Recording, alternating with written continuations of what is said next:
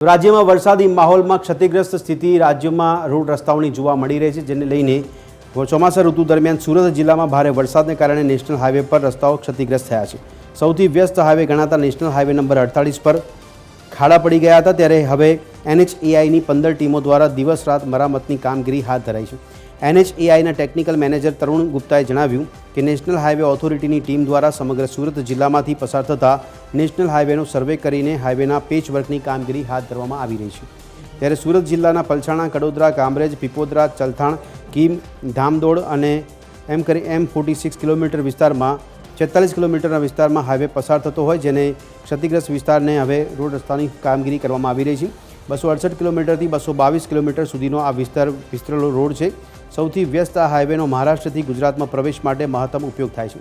ગત દિવસોમાં સુરત સહિત સમગ્ર દક્ષિણ ગુજરાતમાં ભારે વરસાદને કારણે નેશનલ હાઈવે સહિત સમગ્ર જિલ્લાના માર્ગો ઓછા વત્તા ધોરણે અસરગ્રસ્ત થયા હતા। ત્યારે સમારકામમાં hot mix material, overlay, cold mix material અને પેવર બ્લોક્સનો સમાવેશ થાય છે। સમારકામના કાર્યને ઝડપી બનાવવા 2 compressor, 2 paver, 2 grader, 6 roller, 4 JCB અને 15 ટ્રેક્ટર તથા 150 શ્રમિકો સહિત કુલ 180થી વધુ સાધનો અને માનવ બળ દ્વારા કામગીરી કરવામાં આવી રહી છે। NH48 पे बेसिकली हमारा जो जुरिस्डिक्शन है वो पलसाना से भरूच तक नर्मदा टोल तक है।